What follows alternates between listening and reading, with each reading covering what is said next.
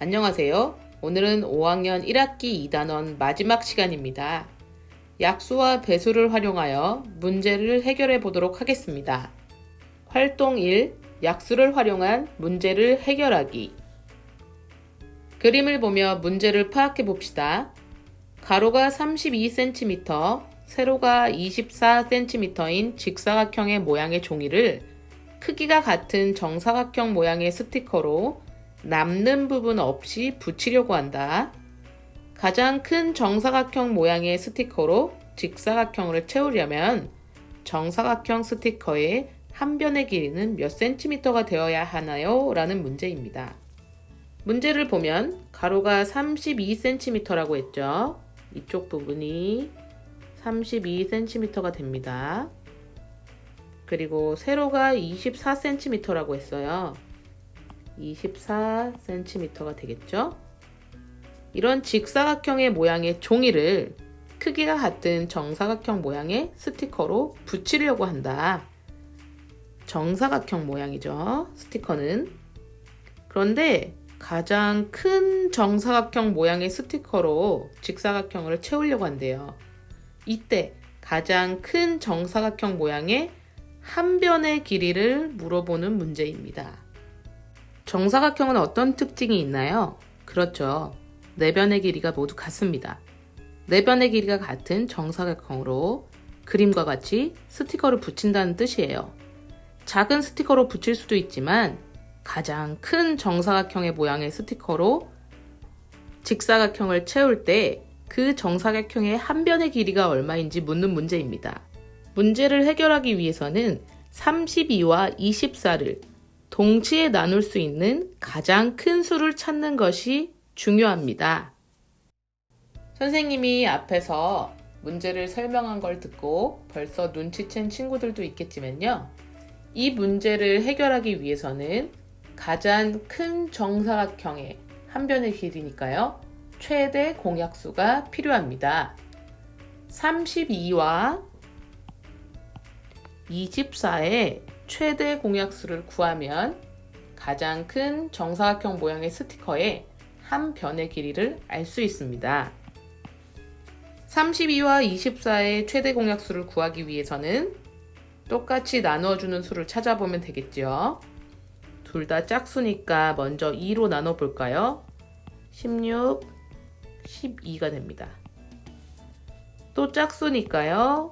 8, 6이 되겠네요. 다시 한번 짝수니까 2로 나눠볼까요? 4, 3. 최대 공약수는 2 곱하기 2 곱하기 2가 되니까요. 8. 가장 큰 정사각형의 모양의 스티커의 한 변의 길이는 8cm가 됩니다. 활동 2. 배수를 활용한 문제 해결하기. 그림을 보며 문제를 풀어봅시다. 그림을 보면 두 가지 표가 그려져 있어요. 10간이라고 써있는 표 옆에 갑을, 병정, 무기, 경신, 임계라는 게 써있고요. 12지라는 표에는 좌축, 인묘, 진사오미, 신유술해라고 써있고 밑에 쥐소, 호랑이, 토끼, 용, 뱀, 말양, 원숭이, 닭개, 돼지라고 써있네요.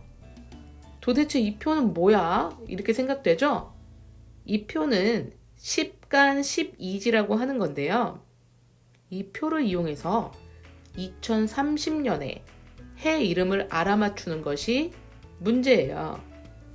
여러분, 10간 12지가 과연 무엇일까요? 처음 보는 친구들 많을 것 같은데요. 우리 조상들이 연도를 나타낼 때 사용했던 거예요. 10일을 뜻하는 10간과 12종류의 동물을 뜻하는 12지를 사용해서 10간과 12지를 순서대로 하나씩 짝지어서 그 해의 이름을 붙이고 태어난 사람의 띠를 정해왔어요. 선생님이 표를 보면서 좀 더 자세하게 설명드릴게요. 올해 2020년은 경자년이라고 해요. 이야기 들어본 친구들 있겠죠? 경자년은 10간의 경과 12지의 자가 만나서 이름이 붙여진 해가 되겠습니다. 표를 보면 10간은 10년마다 반복이 됩니다. 12지는 12개의 동물이 반복되니까요. 12년마다 반복이 되게 되는데요.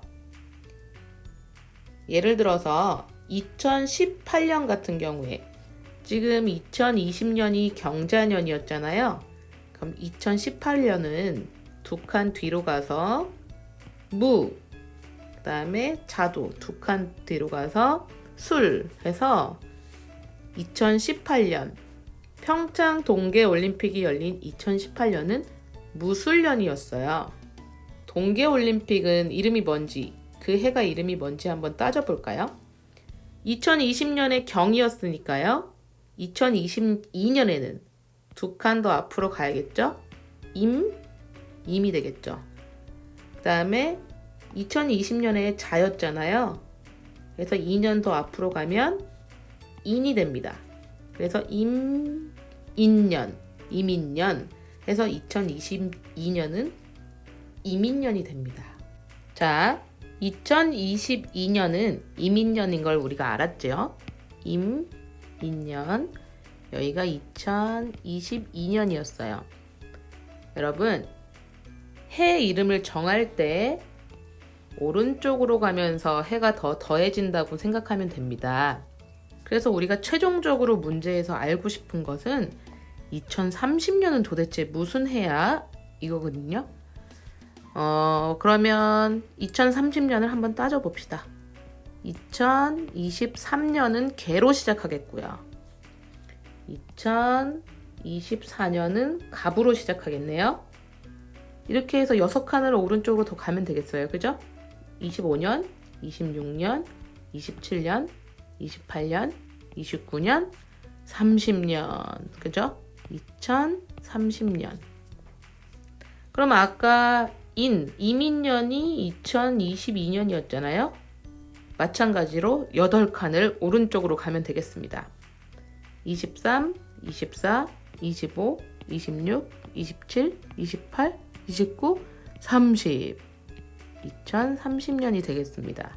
그러면 2030년은 바로 경술년이 되겠습니다. 2030년은 경술년인 걸 알 수 있습니다. 여러분, 이제 10간 12지 표를 만들어서 규칙을 찾아볼 건데요. 빈칸에 간지를 써봅시다 라고 했어요.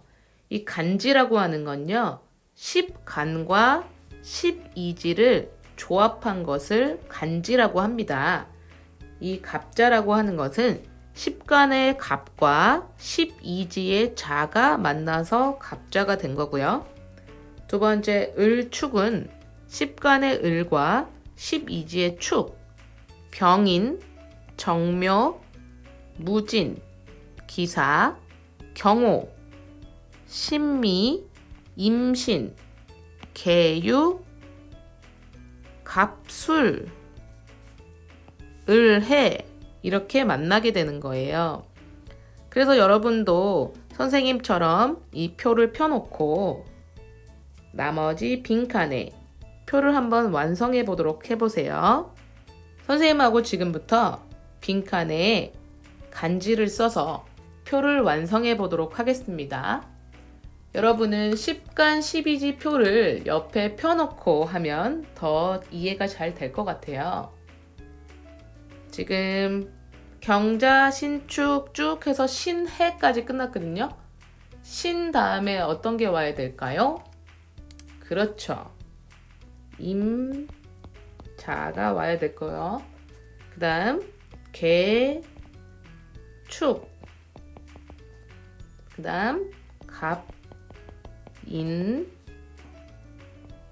을, 묘.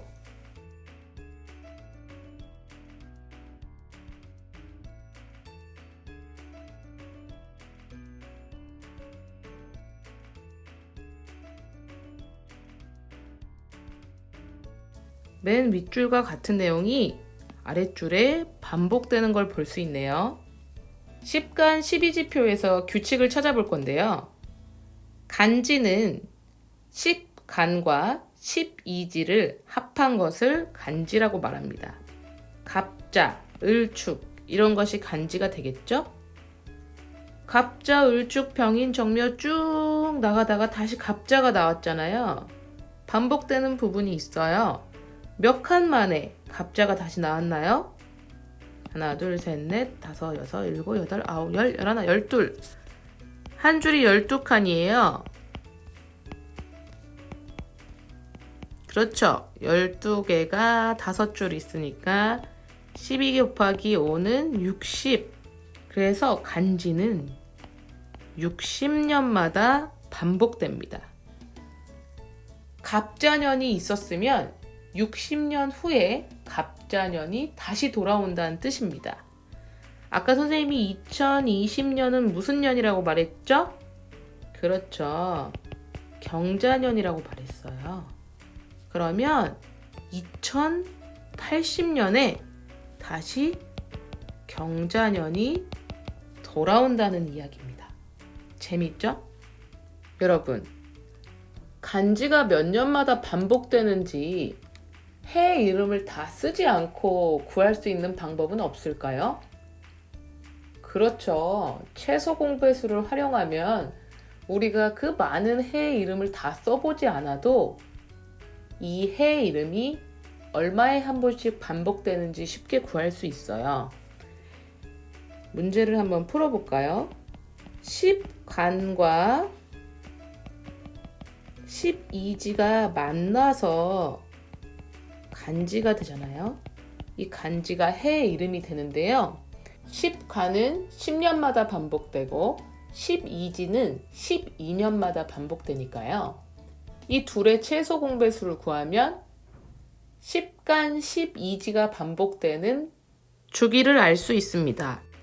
그러면 10과 12의 최소 공배수를 구해볼까요? 짝수니까 2로 나눠지고요. 더 이상 나눠지는 수가 없네요. 최소 공배수는 이렇게 곱해주면 구할 수 있으니까요. 2 곱하기 5 곱하기 6이 되네요. 2, 5, 10, 10 곱하기 6은 60이 되니까요.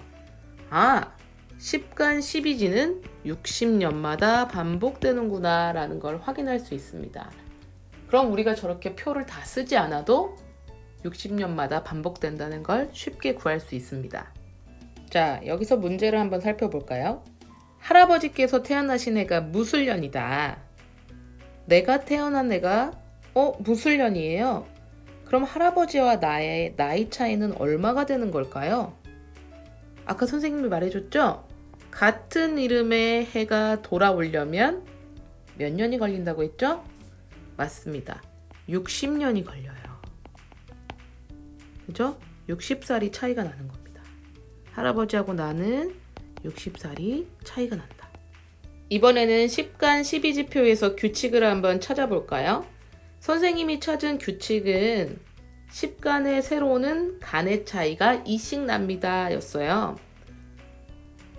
이렇게 색칠해 볼까요?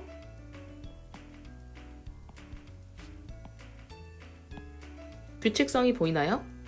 갑병무경임갑 갑병무경임 보이죠?